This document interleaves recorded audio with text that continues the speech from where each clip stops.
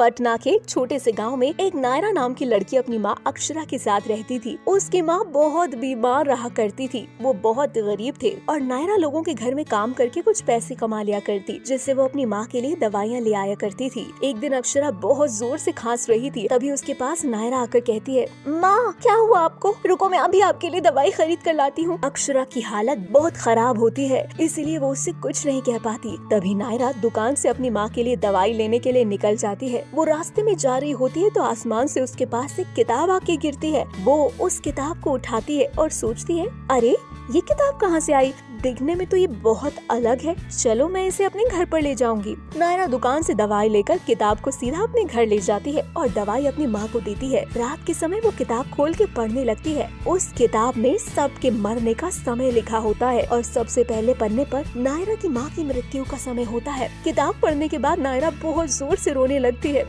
हे भगवान, ये कैसा न्याय है तुम्हारा? मेरे पास मेरी माँ के अलावा कोई भी नहीं और तुम उसे भी मुझसे छीनना चाहते हो। मैं ऐसा नहीं होने दूंगी। मैं मेरी माँ अपने आप से दूर नहीं होने दूंगी। नायरा उस किताब को छुपा देती है और रोते रोते सो जाती है। अगले दिन यमराज पृथ्वी पर अपनी किताब ढूंढने आते हैं। वो अपनी आंखें बंद करते हैं और आंखें बंद करने के बाद उन्हें दिखता है कि किताब नायरा के पास है। वो नायरा के घर जाते हैं किताब लेने। पाताल लोक से कुछ सामान धरती पर गिर गया था मेरा, जो तुम्हें मिला है। मैं चाहता हूँ कि तुम वो मुझे वापस लौटा दो। उसके बदले में तुम जो मांगोगी मैं तुम्हें दे दूंगा।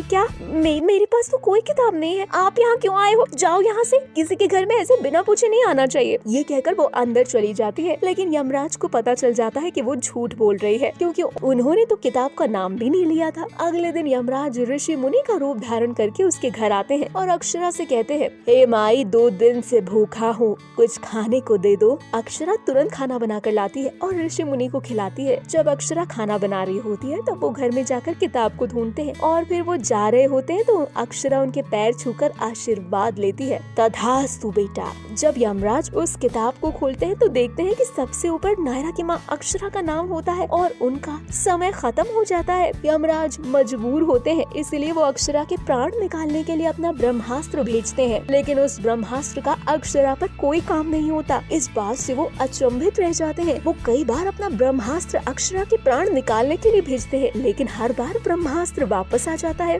ये तो अचंभित हो गया, ये हो कैसे सकता है? तभी वो अपनी आंखें बंद करते हैं और कुछ देखते हैं। अरे मैंने तो उसे तथास्तु बोला था, इसका मतलब अब ये पूरे 100 साल जी सकती है। जब नायरा यमराज को देखती है तो उनके आगे हाथ जोड़कर खड़ी हो जाती है और रोने लगती है। मुझे माफ कर दीजिए यमराज जी, मैं अपनी माँ को खोना नहीं चाहती थी, इसीलिए मैंने आपसे झूठ बोला कि मेरे पास आपकी किताब नहीं है, लेकिन मैं आपसे भीख मांगती हूँ, मेरी माँ को मुझसे मत छीनिए। यमराज नायरा की तरफ देखकर मुस्कुराते हैं और वहाँ से गायब हो जाते हैं। उसके बाद नायरा अपनी माँ के साथ खुशी खुशी रहने लगती है। जहाँ प्यार होता है वहाँ मोह माया किसी काम की नहीं होती, क्योंकि नायरा को यमराज सब कुछ देने के लिए तैयार होते हैं, लेकिन उसे अपनी माँ के अलावा कुछ नहीं दिखता। ऐसे ही इस कहानी में भी दिखाया था। तो दोस्तों, ये थी हमारी आज की वीडियो। हमारी वीडियो आपको कैसी लगी हमें कमेंट करके जरूर बताएं और ऐसी ही मजेदार कहानियों को देखने के लिए हमारे चैनल को सब्सक्राइब जरूर करें। और हाँ दोस्तों, हमारे इस वीडियो को